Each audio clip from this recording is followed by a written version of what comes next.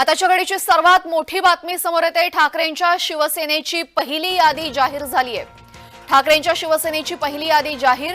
ठाकरेंच्या शिवसेनेच्या पहिल्या यादीमध्ये 65 उमेदवारांची घोषणा करण्यात आली आहे। उद्धव ठाकरे यांच्या शिवसेनेच्या पहिल्या यादीमध्ये 65 उमेदवारांची घोषणा। पहिल्या यादीत 65 जणांना उमेदवारी मिळालेली आहे। महाविकास आघाडीतून आता ठाकरेंच्या शिवसेनेची पहिली यादी जाहीर झालेली आहे। प्रकाश फातर्फेकर यांना चेंबूरमधून उमेदवारी जाहीर करण्यात आलेली आहे। ठाकरेंच्या शिवसेनेच्या पहिल्या यादीत 65 जणांना उमेदवारी। आदित्य ठाकरे यांना पुन्हा एकदा वरळीमधून उमेदवारी देण्यात आलेली आहे। 2019 मध्येही ते वरळीतून लढले होते। केदार दिघे यांना कोपरी पाचपाखडी येथून उमेदवारी देण्यात आलेली आहे। केदार दिघे हे आनंद दिघे यांचे पुतणे आहेत आणि एकनाथ शिंदे यांच्या विरुद्ध केदार दिघे यांना उमेदवारी देण्यात आलेली आहे। त्यामुळे आता ठाण्यामध्ये कोपरी पाचपाखडी या विधानसभा मतदारसंघामध्ये हाय व्होल्टेज लढत होईल असं दिसतंय। सुनील राऊत यांना विक्रोळीमधून पुन्हा एकदा संधी देण्यात आलेली आहे। ठाकरेंच्या शिवसेनेच्या पहिल्या यादीतली नाव आपण बघतोय। राजन विचारे, माजी खासदार राजन विचारे यांना ठाण्यामधून उमेदवारी देण्यात आलेली आहे।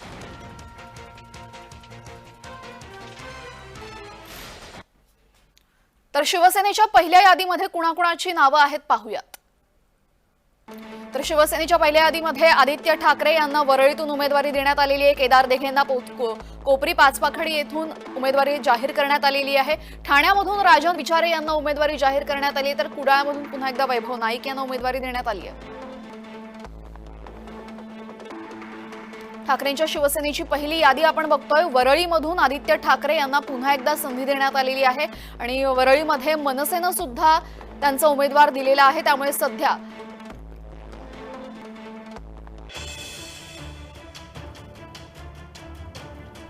आपल्यासोबत केदार दिघे जोडले गेलेले आहेत फोनद्वारा। केदार दिघे, आपलं अभिनंदन। सर्वप्रथम आपल्याला उमेदवारी देण्यात आलेली आहे। मुख्यमंत्र्यांच्या विरोधात ही उमेदवारी आहे, काय आव्हान आहे? मला असं वाटतं प्रत्येक निवडणूक ही आव्हानात्मकच असते आणि प्रत्येक उमेदवार हा जिंकण्यासाठी लढत असतो। पण मी वंदनीय बाळासाहेब आणि दिघे साहेबांचे खरोखर ही पुण्य आहे, त्यांचे आशीर्वाद आहेत ज्यांच्यामुळे आज उद्धव साहेबांनी, आदित्य साहेबांनी आणि पूर्ण शिवसेनेच्या नेत्यांनी, कार्यकर्त्यांनी माझ्यावरती हा विश्वास ठेवून ही जबाबदारी दिलेली आहे। ही यशस्वी करून लोकांना न्याय देण्याचं आणि त्याचबरोबर लोकांचा उत्कर्ष करण्याचं काम माझ्या हातून घडेल एवढं नक्की। जी, धन्यवाद केदारजी आपण दिलेल्या आपल्या प्रतिक्रियेबद्दल। तर महाविकास आघाडीची पत्रकार परिषद सुरू झाली, आपण थेट जाऊयात। सगळे इथे एकत्र आहोत। आमची शेवटची बैठक आता माननीय शरद पवार साहेबांसमोर पार पडली आणि पवार साहेबांनी आम्हाला सांगितलं की मीडियासमोर जाऊन तुम्ही आता घोषणा करा की महाविकास आघाडीचं जागा वाटप, महाविकास आघाडी आहेच, त्याच्यामध्ये काही कुठे दरार नाही आहे। महाविकास आघाडीचं जागा वाटप हे अत्यंत सुरळीत पार पडलेलं आहे। आमच्या तिन्ही पक्ष, काँग्रेस, शिवसेना उद्धव बाळासाहेब ठाकरे, राष्ट्रवादी काँग्रेस माननीय शरद पवार साहेब आणि याशिवाय आमचं जे अलायन्स आहे इतर पक्षाबरोबर, मग समाजवादी पार्टी असेल, शेतकरी कामगार पक्ष असेल, भारतीय कम्युनिस्ट पार्टी, कम्युनिस्ट, CPIM, आप, या सगळ्यांना सामावून घेणारं अशा प्रकारचं जागा वाटप आमचं पूर्ण झालेलं आहे। या क्षणी आम्ही इतकं सांगू की तिन्ही पक्ष हे साधारण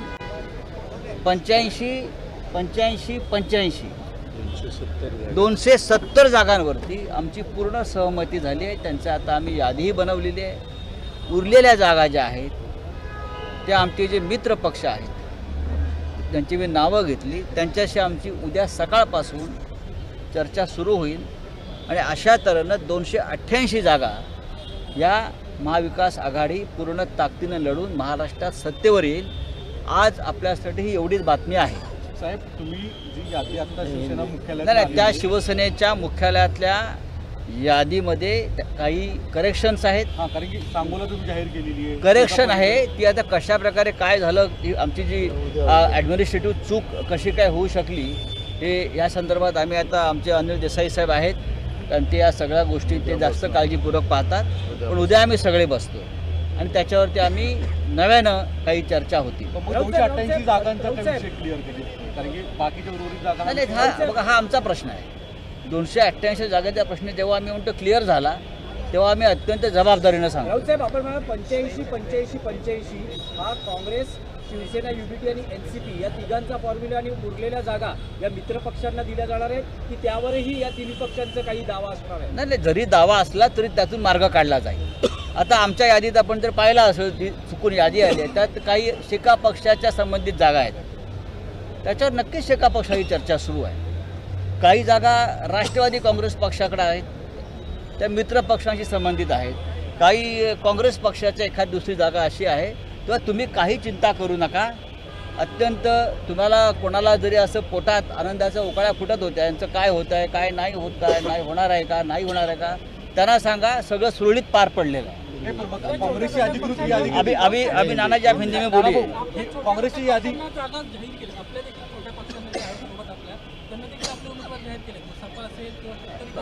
बघा, प्रत्येक पक्ष आपापल्या भूमिका घेऊन पुढे जात असतो, पण शेवटी आम्ही महाविकास आघाडीमध्ये एकत्र आहोत आणि चर्चा सुरू आहे. काँग्रेसची लिस्ट नानाजी हिंदी में बोलेंगे.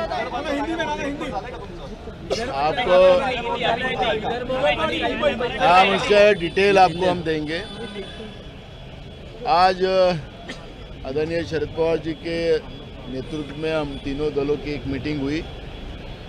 उसमें आज हमने एक निश्चित किया कि 85 270 का एक मत हमने किया है सीट के ऊपर. और जो 28 सीट है, जो हमारी अलायंस है, सिका होगी, कम्युनिस्ट होगा, समाजवादी होगी, 18 सीट है. जो हमारी 18 सीट जो है, तो उसमें जो हमारी अलायंस जो दल है उनसे भी हम चर्चा करके उनको भी कुछ जगह देने का है. और ये कल हम लोग पास में ये बाकी सीटों पे भी हमारा क्लियरेंस हो जाएगा. और महाविकास आघाड़ी करके हम लोग ये चुनाव लड़ने जा रहे हैं. और महाराष्ट्र में महाविकास आघाड़ी की बहुमत की सरकार आएंगी, इतना भी आपको अवगत कराता हूँ. Thank you.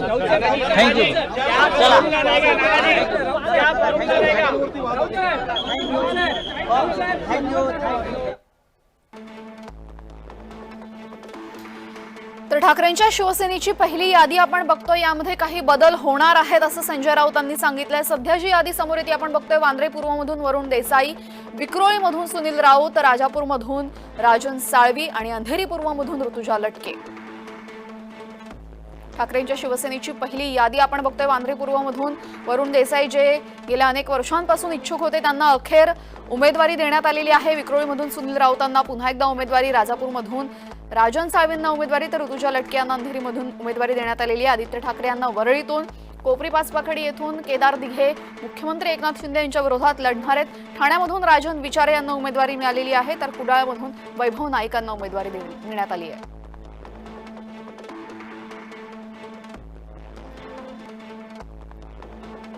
ठाकरेंच्या शिवसेनेची पहिली यादी जाहीर झालेली आहे. वांद्रे पूर्व वरुण देसाई, विक्रोळी सुनील राऊत, राजापूरमधून राजन साळवी आणि अंधेरी पूर्वमधून पोटनिवडणुकीमध्ये जिंकलेल्या ऋतुजा लटके यांना पुन्हा एकदा उमेदवारी देण्यात आलेली आहे. ही यादी सध्या जाहीर झाली असली तरीही यामध्ये काही बदल होऊ शकतात असं वक्तव्य संजय राऊतांनी केलेलं आहे. काही जागा या मित्रपक्षांच्या आहेत, काही जागा या छोट्या पक्षांच्या आहेत, त्यामुळे त्यावर निश्चितच चर्चा सुरू आहे आणि यामध्ये काही बदल होऊन पुन्हा एकदा पहिली यादी जाहीर केली जाईल असं काही वेळापूर्वीच संजय राऊतांनी सांगितलेलं आहे. त्यामुळे आता जाहीर केलेल्या यादीमधून नक्की कुणाची नावं वगळली जाणार हे पाहणं महत्त्वाचं ठरेल.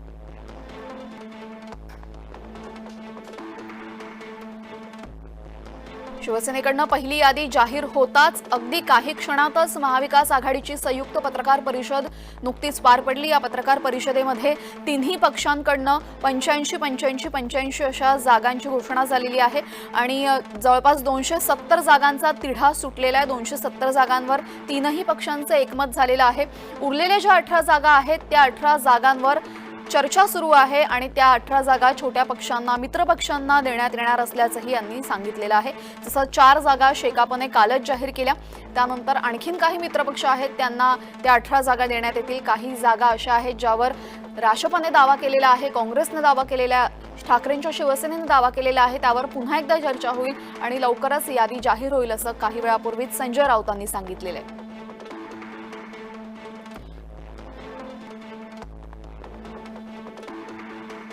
आपल्यासोबत भास्कर जाधव जोडले गेलेले आहेत.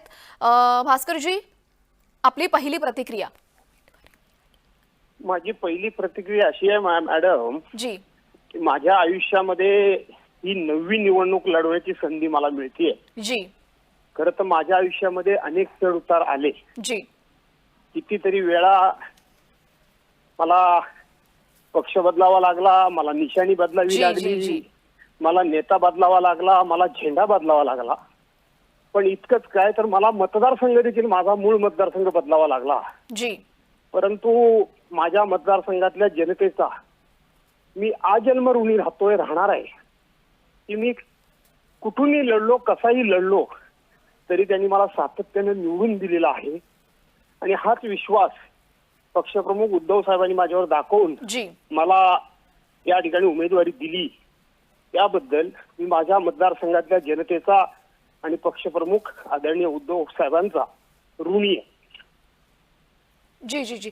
आत्ता काही वेळापूर्वीच महाविकास आघाडीची संयुक्त पत्रकार परिषद झाली. त्यामध्ये राऊतांनी असं सांगितलं की तीनही पक्षांनी 85-85-85 अशा जागा वाटून घेण्याचं ठरवलेलं आहे. आपण समाधानी आहात का यावर? कारण की गेल्या वेळी शिवसेनेने जास्त जागा लढल्या होत्या. जास्त जागा लढल्या होत्या गेल्या वेळेला शिवसेनेनं, आणि ह्या तीन पक्षांमध्ये जी, जास्त जागा शिवसैनिकच निवडून आलेल्या होत्या. जी, इथं माझ्या समाधानाला किंवा माझं समाधान आहे नाही जी, हा महत्वाचा विषय नाही. जी, महाविकास आघाडी सत्तेवर येणं महत्वाचं आहे.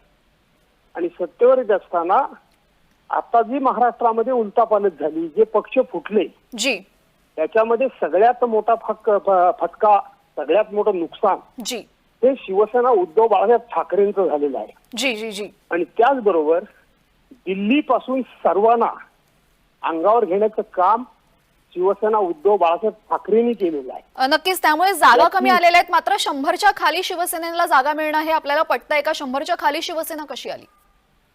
नाही, मला माहित नाही अंतिम जी. यादी काय आहे तेही मला माहित नाही. जी, आता यादी काय जाहीर झाली हेही मला माहित नाही. मी माझ्या मतदारसंघामध्ये आहे. जी, आपण सांगता म्हणून मला माहित आहे की यादी जाहीर झालेली. माझं नाव जी, जी, जी, जी, ठाणेच नव्हे जी. तर धन्यवाद भास्करजी, आपण दिलेल्या प्रतिक्रियेबद्दल. आपल्या सोबत आता अनिल देसाईजी सुद्धा जोडले गेलेले आहेत. अनिल देसाईजी, आपली पहिली प्रतिक्रिया काय?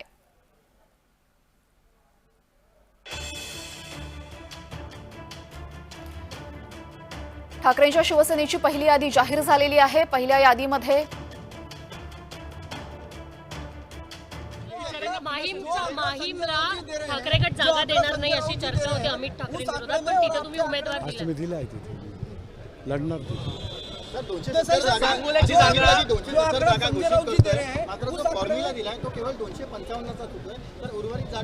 अहो, एक ढोबळपणे सांगण्यात आलेलं गणित होतं ते.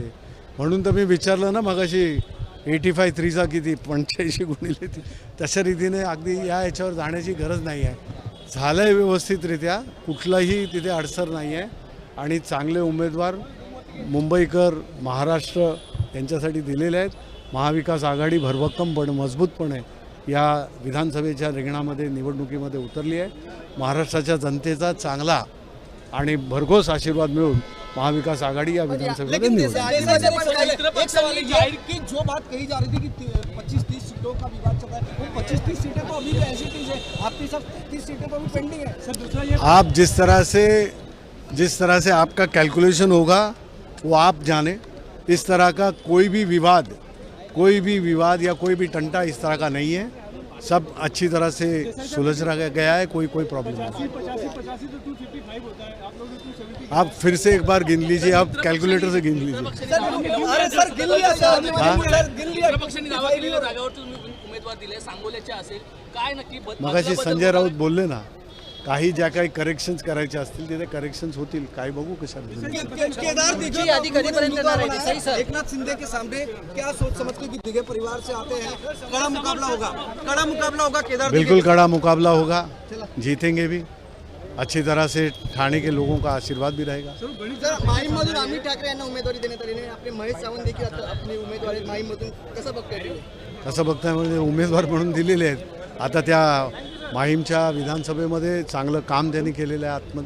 लोकांमध्ये आहेत. लोकांचा आशीर्वाद घेण्यासाठी आता या मतदारसंघाच्या ज्या आता विधानसभेची निवडणूक जी 20 तारखेला आहे त्या 20 तारखेपर्यंत लोकांमध्ये फिरून प्रचार वगैरे होणार, त्यामुळे चांगला आशीर्वाद.